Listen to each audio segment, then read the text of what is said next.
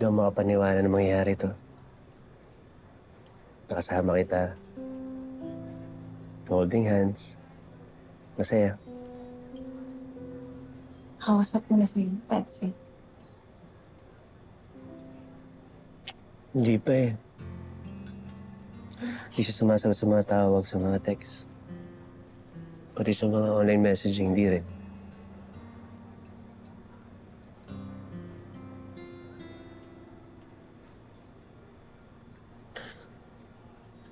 Okay ka lang ba? Parang natigilan ka. Gerald, hindi kaya nabigla ka lang sa desisyon mo. Napili mo ako kasi nabuntis ako. Pinili kita dahil mahal kita. Oo, matagal kami ni Betsy. Pero sa'yo ko lang nalaman na pwede pala ako mahalin ng totoo. At tama.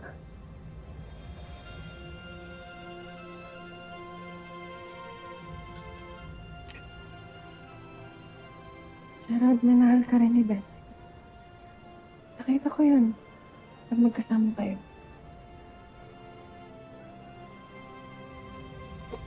Gina, alam mo, girlfriend ko lang si Betsy. Kapag kami nakukuha siya sa akin. Sa tagal ng relasyon namin, ako lang lagi ang nagbibigay. Ako yung nagpaparaya. Ako yung nagpapatawad. Ako na lang lagi ang umiintindi sa mga pangangailangan niya. Pero nung ikaw, nung nakasama kita, nakilala kita, hindi naman kita hinihinga ng oras, pero binigay mo lahat ng yun, pati atensyon. Ikaw nagpa-realize sa akin ng totoong pagmamahal.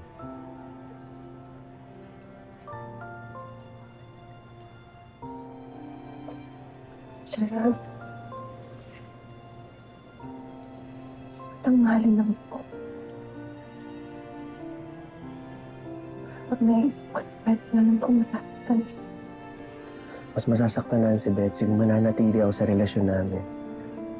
Na wala na akong nararamdaman sa kanya. Hindi ko na siya mahal. Ayaw naman dumating ang araw na nagsisi ako dahil pinakawalan kita para lang sa nararamdaman niya. Hindi ako magiging masaya. Kahit kailan. Gusto ko makasama yung pamilya na pinangarap ko. Ikaw, kayo na ang bibi natin. Mahal na mahal kita. Mahal mo rin ako, di ba? Malalagpasan na rin lahat ng to. Kailangan ko lang kausapin si Betsy na ito na ang buhay na gusto ko. Makasama kayo ng anak ko.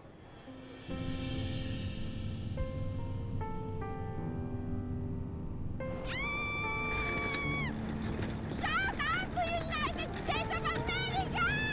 Dito na, Mia! America! Ay! Ay! Ay! Ay! May picture ako, picture!